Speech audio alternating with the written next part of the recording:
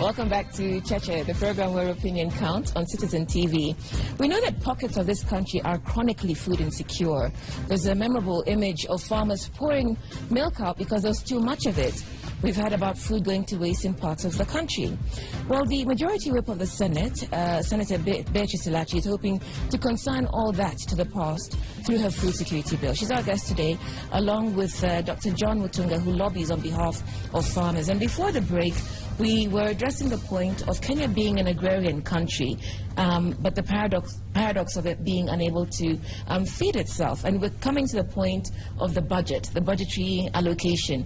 And you were making the point that the allocation is paltry.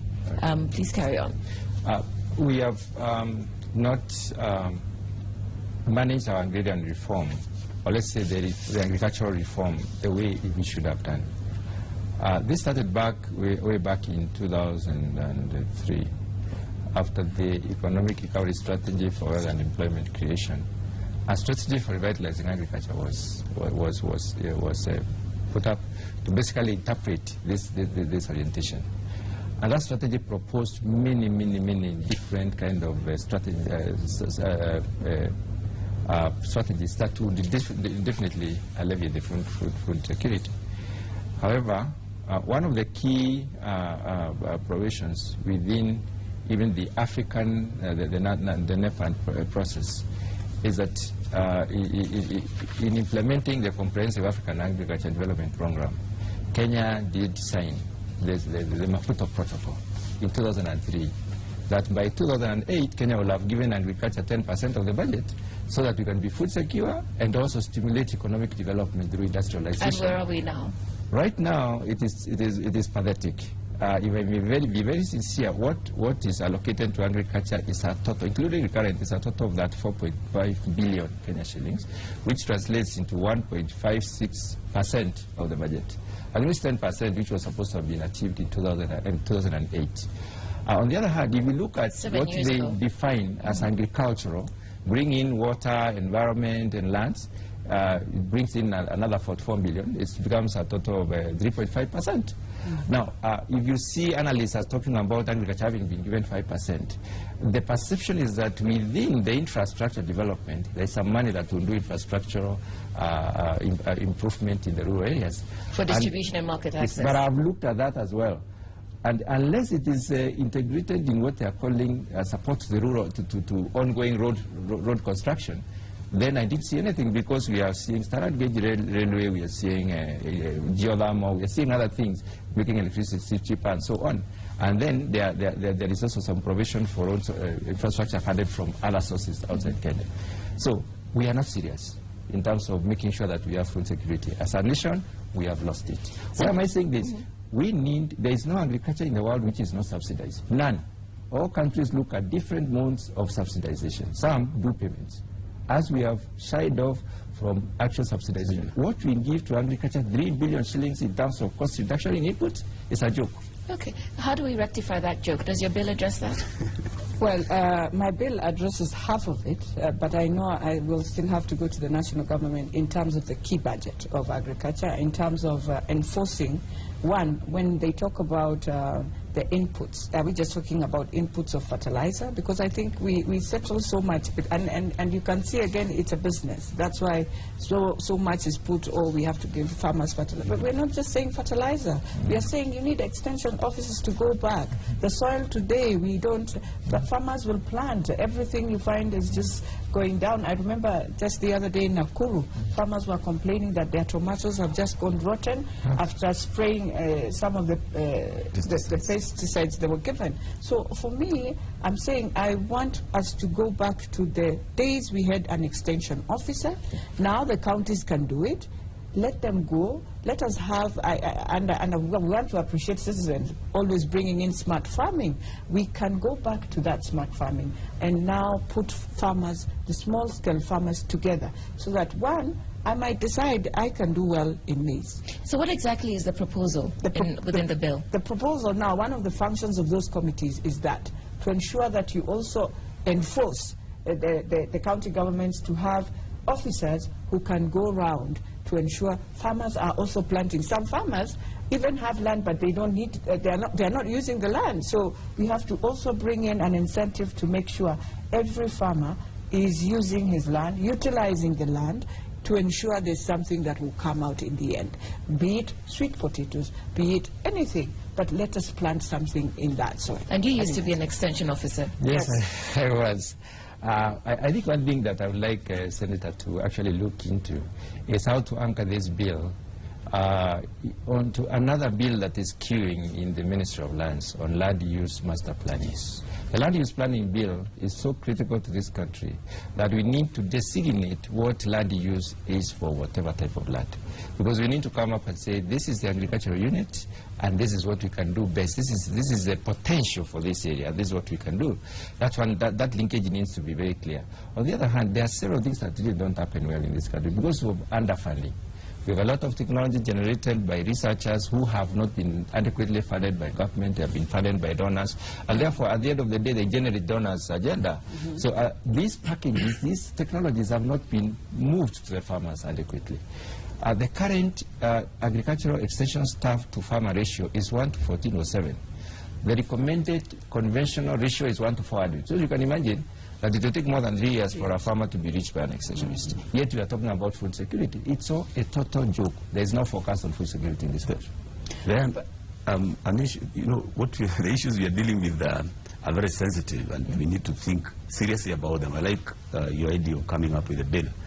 When Dr. Mutunga brings up the issue of extension officers, and this joke that we have extended for the last over 50 years of killing ourselves. And I want to give you an example of what is happening. Yesterday I was in the rural areas and they were immunizing cows. And I just realized there was only one guy seated somewhere who did not even have a vehicle. The vehicle brought her, but she had no vehicle to go back, had to give the same a lift. Then you are telling the farmers to take their cows to that one individual seated somewhere in a church or in a primary school. And you have taught these people to do zero grazing. So they have to demolish their cattle sheds, drag the cows that do not know how even to move, to walk, to that one individual seated several kilometers so that they can go and get an injection. I think when we talk about extension officers, we are talking about issues of them going to the farmers. Yes, then come to the issue of land use, the one that you're talking about. Who are the people who own land, big chunks of land in this country? They're the rich. Senator, you have them in the Senate and in Parliament. How are they themselves using the land, the huge tracts of land that they have? Before you tell a guy who owns 40 by 80 piece of land what to do with that land. Well, I support the land use. We need also to know the issues of how much land you use, how much land you own, and how you're using that land for the benefit, not of yourself, but of the country. I agree with you, Awero, and I think I know at one point when we were doing this bill, I had a very radical thinking also that it's time also we try and request or do something that can help Kenyans who have, let's say, for example, 5 acres. If you get to 3, you're not allowed completely to subdivide that. I was just trying to think, how do, even if we talk about food security, now when you have a quota or whatever, how does it now translate back even to your family, and you're growing at that time? You have 3 acreages, you have children coming in, and you know with our culture and our society, you must give your sons at least some of that land. But then the other thing... And daughters? And daughters. Now, of course, yes, even my dad has given me, but not 3 acres. That's another day. But the most important thing we need to ask ourselves is that when I look at what the Constitution was trying also to address on land, is that we don't need to really look at how many acres do you have. We just need to put in a policy and then a bill that says, fine, you have 10,000 acres. How much, what percentage are you using? What percentage are you not using? Can you pay KRA, some good rates, revenue, and we start collecting revenue from the same. And it will still help us to achieve the same goal that we are looking money for extension officers. In fact, if we put revenue first, on every land that somebody has and is not usable, we'll get a lot of money. The other thing that you talk about in the bill, I believe you address the context of emergencies. Yes. And you're you're proposing certain powers for the president. Yes. Take us through that. So that we don't also disconnect the country completely, which I know we are trying to do, but in a different way, is that... What do you mean by that? When you look at how we are running our counties, in 10 years to come, we'll have disconnected ourselves from the national government. If the leaders, again, who were given the responsibility by the people, are not able to look at the things we are doing. You know, we do it very blindly, but we are not careful in remembering. The Constitution always reminds us Kenya is a unitary state. But because of some frustrations, and that's why I always say, when we are doing these things, always remember, at the moment we are not good with governance, but always remember we must use them so that the country just remains at the same peak. And that's why, for me, when we talk of food, in the end, it's the president. At one point, if we have an emergency and people are dying, we will not remember even the governors. We will remember the head of state. So it's very important to give him also the veto of power, because even the governors can decide, I don't like this clan, therefore you will not receive any food. You're better off even dying, but he's not saying, and because it's quiet, and because they're playing a game of politics, by the time we wake up as a nation, you'll find things gone very bad. So it's always important to remember the president in the end has a responsibility to ensure his country is secure, the food is surplus, his people wake up in the morning. For them to be productive, they must start with food and shelter. Okay, so what are you saying the president should do, particularly during food emergencies? During food emergencies, he comes in and now he can order, I mean, in the very main lane, so that somebody can understand, is that when we have an emergency, the president can give an order to the ministry without looking at the structures and that we need food to go to Tana River. We need food. He can, at any given point, and because we've given him veto even in the Constitution, it's the same veto we are saying. He has the end results in any emergency that comes. Right. I just wanted to provide the infrastructure to ensure food arrives there. I just wanted to add to her voice that the Constitution gives the prerogative to the president. Actually, it is his responsibility to feed its people properly. Secondly, it's only the president who can declare a national disaster, especially a food-related disaster, or disasters really, a national disaster, is the one who can call upon for external support. So I think as we move on to county governments, we need to be realistic to the fact that we have Kenya as a state, and then it's the international community. There is a mechanism for consulting and contacting and engaging the international community, which needs to be respected. On the other hand, when it comes to food distribution, I think the committees that are being set in this bill can help a lot in terms of collecting data, verifying the information that is collected from there, targeting the areas themselves to be targeted on family relief, and defining the type of food that is considered as quality food for those areas. On the other hand, when it comes to the bill itself, there is one small provision that I think you need to look at. That is in terms of ensuring food production or physical availability of food and engagement of youth. Our agriculture is basically by the older people. This bill talks about farm implements. I would like that particular term to be looked into very carefully, because we cannot promote implements in the 21st century which were used 2000 BC, before Christ. That's what we use, the whole is 2000 BC technology. We should be talking about mechanization, various types and facets of mechanization that will now engage, or rather encourage our youth to engage in agriculture, because they wouldn't be interested. What they're not interested in is drudgery. Yes. They will actually participate in agriculture as long as it's not laborious and as long as it's sufficiently remunerative. When you talk about modern mechanization, yes, and Lachi is telling us about maize and those traditional foods or crops, the question of the GMO arises. Yes. Okay. And several of our viewers are asking about that. What is the bill saying about the use of GMOs in Kenya? And maybe I ask you, Senator Elachi, Why do we think that we are more human beings than the human beings in Chile and other countries who are using GMO? Okay, one question at a time. GMOs. GMOs. I think for us, we are not addressing the issue of GMO. That's, and it has to go to the ministry, because now they are the ones at the point of crops and what. As we are talking at the end, the production part. So you're talking at the implementation. In the end, we have planted, we have finished, now we have the food. This is what this bill is addressing. That's why it's a bill addressing hunger. Yes. Hunger. After agriculture has given, but we will always lie us to ensure we don't have GMOs. That's why we are going back and saying, look at your own traditional foods. Let us look at that. Let us go back to that. But let me be an ignorant Kenyan. Yes. Why are you saying that we keep on growing the oranges this size that cannot even feed a 1-year-old kid, when we can grow one that can feed 2 people or 3? Well, we have seen, I think, Mutinda will help me on that, since he's from the ministry. But at the same time, the ministry, as Kenyans, I think for the last 20 years, we've been asking ourselves the issue of GMO.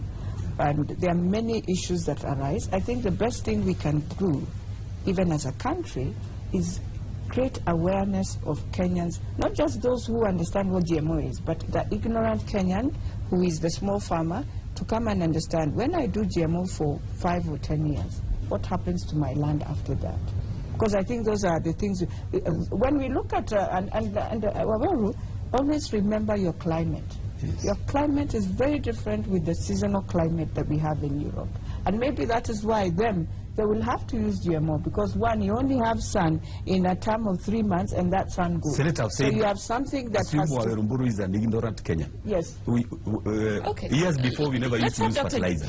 I'll tell the ignorant Kenyan, you're lucky you have sun, you are in a tropical, in fact on the equator, never think of GMO. Somebody here says that you lectured them, so we'll refer to your academic expertise. Yes. Let me say something about GM technology or genetic engineering as a technology to use. We call it non-conventional. It's not conventional technology. It is non-conventional in the sense that it uses gene transfer. It's called, it has to do with it's transgenic. It moves one gene from one variety to another, one organism to another, which are not related. Yes. And you know, genetically, inheritance is about relationship. Intra-specific breeding is not possible. I mean, but intra is what is possible. Now, on the other hand, what is the position of the farmers of this country, if I may speak from that, in terms of GMO? The question is whether we have exhausted conventional ways, technology that we have. We have a lot of research findings that clearly show that we actually have not used the potential we have. Our main problem is not the genes, our main problem is water. And if we can irrigate our land, it is possible for us to produce sufficient food. Actually, I don't think what we need to have is a very strategic irrigation systems that are set to engage the people in actually doing it, and they'll be able to produce. Again, we need to make inputs cheaper so that people can use technology. You can have the seed technology, which you can use potential you cannot exploit because you don't have water, and you don't have the relevant inputs. So we need to make it cheaper for the farmers to acquire the technology and the seeds, and therefore we give them water for irrigation. And we have sufficient amount of water to irrigate about 4 times the land we have. If you look at the last 1 month, 2 months, we have had a lot of rain, and it has washed off everything. We have not managed our water. We just need to manage. We don't even need to go to the international water, rivers. We really don't need to go to Tap Nzoia. We need to manage surface runoff, block it and irrigate downstream. Okay, we've moved into water. There's several questions around that. Okay. But I'd like us to tie up the question of GMOs, because there's several questions about that. Okay. So your position is what? As farmers, the position, when Kenyans can speak like I am and say I'm a Kenyan scientist who is selling this technology to the Kenyans, I know that it won't hurt the human life. It is therefore, health-wise, it doesn't have any effects. It doesn't have effects to the environment. It doesn't have effects to the relatives of these particular crops. It doesn't have effects to the soil. then the Kenyan farmers are willing and ready to adopt, because son of Mutunga has seen it, who is their child. But if you import a technology from a company which is interested in profit making, you have to be extremely careful, especially when it comes to food relationships. Now, on the other hand, if this technology is not for food, for instance, in cotton, I don't think there is any serious problem unless we and our scientists can ascertain that there will be no environmental implications if we grow the BT cotton in those areas that cotton do well. We can transform like Mali has done and other countries, and therefore we can take advantage of AGOA and COMESA and other possibilities. Therefore, that farmers say they would like to try that. Unfortunately, we would like a Kenyan scientist to assure the Kenyans. That's what we are saying. We are not saying, we are saying that let's not accompany out there. Yes, let them verify and own it and say, I am the one who can tell you as a Kenyan. Because there's a lot of contradicting literature in the domain. There's a lot of issues. I think, Mutunga, we can also go beyond. I went to an AU meeting and I realized we have very many Kenyans, or even our own neighbor sisters and brothers, who have done a lot of research on agriculture for Africa, and they are willing to give every country to just share that finding, and so that you can balance and see, do you really need to do GMO or do you just need to use your own technology but ensure you have good food for your people? Does the bill talk about GMO investing in research? On this? Yes. Yes, it does. Yes, GMO will not solve the problem of water, it will not solve the problem of inputs, it will only probably prevent a few pests. But doesn't it, but won't it address the issue of yield, the varieties of seeds that you're planting? If we have superior seeds and crops that we're growing, which therefore, deliver greater yield and therefore ensure that, we have more to go around? Yeah, we are saying it's a continuum. Whichever technology you want to apply, you must challenge the genetic potential of that particular variety. So if you don't challenge the potential by ensuring that the soils are right, in Kenya we apply DAP, CAN and so on as fertilizers without asking ourselves, what is the status of the soil health? Yeah. How much of soil sampling and testing do we do, and how many of these results do we give in record time, so that farmers can know what fertilizer to use? How much have we advised our blending factories? Now we are talking about establishing a fertilizer producing factory. Instead of looking at how do we come up with different blends of different soils in different areas so they can exhaust the soil potential. Those are the kind of fundamental issues we need to deal with. We look up there when the solution needed is down here. So that's the Kenyans are operating above par when they are supposed to sort out their basic issues. Our issues are basic. Then maybe the Ministry of Agriculture should also go back and start working very closely with the universities so that they help them.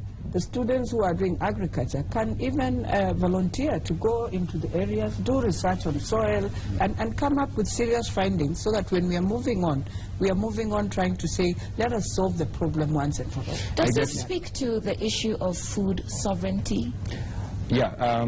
It basically discusses the issues, the provisions within the food sovereignty. Because food sovereignty is about the decision that a state takes on how to do its food issues. You can procure food, you can produce food, you can borrow food, whichever it is, that's a sovereignty issue. You are left with a decision on how to ensure that you can sort out your food issues without interfering with the livelihoods of the people and ensuring the right to food to everyone. So what's the difference between food security, as we've been discussing this morning, and food sovereignty? Okay. Food security is about access to food in various forms. Whether it's coming from donors or whatever it is coming from. Ensuring access to food, to quality food. Food sovereignty are the decisions that a state makes on how to access that food. So is your bill properly labeled? Should it be the food security bill, or should it be a food sovereignty bill? Because you're talking about the decisions Kenya should be, and the policies. You're trying to implement the Constitution, right? Which is a sovereign action that you're discussing. So should we be thinking about food security or food sovereignty? I think food security. Combines the two. But in the whole holistic approach, that's why now when you bring in the ministries, it links both, because when you're talking about the sovereign of that food, you have to ask yourself then thereafter, how do you implement? Then this helps you to unlock what the sovereign is talking about. Because the sovereign is like sort of an advisory. You're advising the implementer that this is what you want to see after I have given you certain objectives on how to achieve that. So this is the achiever of what your objective is. Okay, what the bill looks at is it borrows from the international sovereignty principle, yes, which basically states that we have enough food at the global level. The basic problem is distribution. Yeah. We actually waste a lot more food than the hungry people will need to feed themselves comfortably. Now, the sovereignty issue has to do with distribution of the food, ensuring that people can access food. It does to contextualize that. About food security is making sure that there is either physical or social or economic access. Yes. So it also does that. It goes down to commit county governments to participate with the national government. And there are clear initiatives. I think if you look at the way the government is structured, if you look at the Ministry of Industrialization, it is so central in ensuring that we actually have food security. Food security, because yes, it talks about trade, it talks about transforming from technology through innovation to commercialization. Yeah. And it's setting up huge commercial centers which can even grow inputs from other countries, raw materials from other countries will become an industrial hub that will therefore lead to food distribution within the country. The question is, will it be cheap and affordable to our people? Shall we also encourage our people to benefit from this infrastructure by ensuring that they supply the raw materials, or then go to buy raw materials from Uganda and other areas? So those are some of the fundamental issues. Probably without digressing, may I ask whether the bill is dealing with the issues to do with the adding value and the packaging? Actually, let's come back to that issue because I've got to take a break and we'll need to spend some time dealing on that. This is Cheche. We're live on Citizen TV and we'll be back after this break.